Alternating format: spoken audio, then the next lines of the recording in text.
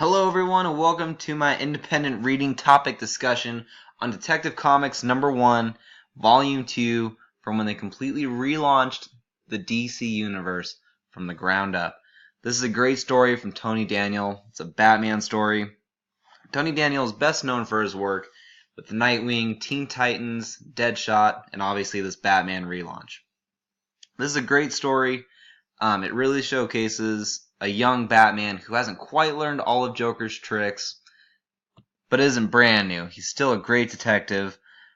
You get to see Alfred Pennyworth, Dr. Arkham, the Joker, obviously, Batman, Jim Gordon, Harvey Bullock. It's a great cast of characters that all play a vital role in this story. And so we get a little bit of backstory with Joker and Batman. Actually, this alludes to the end. I won't spoil anything yet. But it's about him capturing Joker. We see this guy get in a confrontation with Joker. It looks like he's wearing someone else's skin. Joker is supposed to be in the loop, apparently, from what this gentleman says, but Joker ends up killing this guy in great Joker fashion. He says, "A man should be able to slaughter in peace." It's a great line. And then you see Batman break in. There's a huge explosion. Right after Batman's about to go and chase the Joker down after he escapes out the window, he sees this little girl that's caught in the midst of this fire. But Batman being Batman, his main goal is to save this little girl because human life is the most important to him. Now, Batman lives in Gotham. The setting is a completely crime-ridden town. So it's completely normal for Batman to go out and fight crime. That's what he does every night. That's what the character is essentially built off of. So his call to action really comes from within. He later, after saving the girl and eluding the police, he goes back to the Batcave with Alfred. And this is really where the call to action comes in, or at least where it's mentioned. He says, he has a date he was really looking forward to. He's canceled on her a couple of times, is kind of what Alfred alludes to, because he's going to send her another gift basket. But what Bruce says is, right now, my problem is the Joker. He's added another victim. Batman is so set on saving lives that this is really his call to action. Because in the crime-ridden world of Gotham, his call to adventure is every single night. Alfred really plays the role of an ally in this story. He's just there. He helps Bruce. He aids him. He kind of takes care of the backroom stuff while Bruce is out there on the streets fighting people. So, on the other hand, there's Jim Gordon, who Batman meets in this frame. What I really love about this scene, actually, is we just read Batman Year One by Frank Miller, and this has a very similar setup where Jim Gordon's inner dialogue is actually set up a lot like that, where it's those yellow boxes, the nice clean text that's not cursive like Batman's. I thought that was a really interesting parallel that Tony Daniel went with to really keep the old DC into the new DC continuity in a very respectful way. In this particular story, Jim Gordon really acts as Batman's herald. And by that I mean, he's really the one that kind of tells Batman the situation. I really love this scene right in the middle here, where their faces line up. And it really shows that they're both fighting for the same thing, but they go about it in different ways. Jim Gordon is more on the cop, the official side, where Batman is more on the vigilante side. Less rules. So, what I really love about this scene in particular is about how Batman and Jim Gordon kind of fight about the mayor at first. About how the mayor's up for re-election. It kind of shows there's a little bit of tension between Jim Gordon and Batman, that maybe Jim Gordon doesn't fully trust what Batman's doing, but there is a trust between them. He tells her about the Joker's location, which is above Roscoe Pharmacy, which is where Batman needs to go to confront the Joker. Batman, although he's a detective, he knows that the Joker wouldn't just throw his location into a casual conversation. He kind of suspects that there's either going to be a game or a setup. When he gets there, police officers, including Harvey Bullock, who's underneath Jim Gordon, are there. They're scouting the place. Batman's looking from a distance that's farther away from the police officers. he can see that that's not actually the Joker. I love that he uses this technology right here to actually magnify what he's looking at.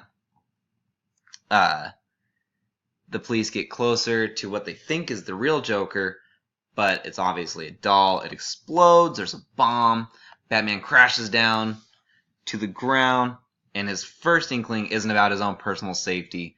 It's about the fact that all these police officers and people just died. Now he's looking at the crowd, and he notices that there's one person walking away from the scene, which is very odd. Batman's a detective, completely makes sense given the circumstances.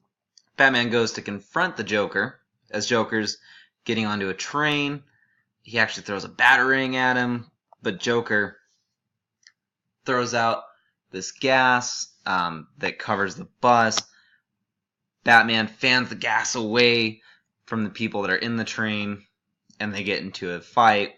Very typical of a Batman Joker story. What I love about this scene in particular is that Joker tries to use the gun. Batman doesn't try and take it away to shoot him because Batman is about saving human lives. But he is showing that he is mortal. He gets stabbed a couple times. They get into a fight, and by the end, Batman gets Joker.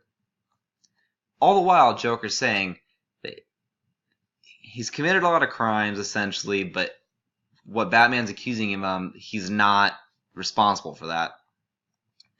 Batman doesn't buy it. He gets him enough to where he's going to live, but he's hurt and can't continue to fight. So, Joker gets locked up in Arkham Asylum with Dr. Arkham, and I love that Tony Daniel does a great job bringing humanity into this Batman story where the Doctor doesn't think that the Joker is just this evil super villain kind of thing. They make it more real by saying he's sick. He has a mental illness. He's not just this evil guy. He's sick. He just needs help. So they lock him up, and you hear a knock on the door, and you see a guy enter Joker's cell with a knife, but Joker's not worried. He's actually smiling, and then in the last panel, you see Joker's cut off face. This is alluding to the beginning of the book, where there was a knife. Now we see that the person that was there, obviously Joker knew that that person was coming, but after all of that, he gets his face cut off, and he says that it's a rebirth for him. So, spoilers, but in the overall story arc of this, this fits into finding a new superhero in Gotham supervillain in Gotham called the Gotham Ripper. So what you see by the end is that Joker isn't actually responsible for that. And that's why I really like this journey. It shows this whole journey that Batman's on with the call to action from Jim Gordon, trials and tribulations, and having the story take place in a world where Gotham is a crime-ridden city as is. And so this has to be written a different way or else it just becomes the same different story and super formulaic. So when this story came out, it got an 8.5 from IGN, which is a great score. It got rave reviews because it's a great relaunch. It really establishes the universe without oversimplifying it. And it's an interesting story. I haven't had a chance to completely finish the entire story arc yet, but I loved this issue the most just because of what all happens and the journey that Batman goes through from saving only one person to by the end he's saving hundreds of people after Joker releases that gas into the train. And just showing that even though Joker puts him through all the stress and Joker's guilty of a lot of murders, Batman will not kill him. That's something that Batman is completely against, and even up against the most ruthless in his rogues gallery, he refuses to kill anyone. It really sets those moral precedences. So I really believe that this is a great book to exemplify the hero's journey. Obviously, it doesn't cover the entire journey, but it really sets the tone for the new relaunch of DC.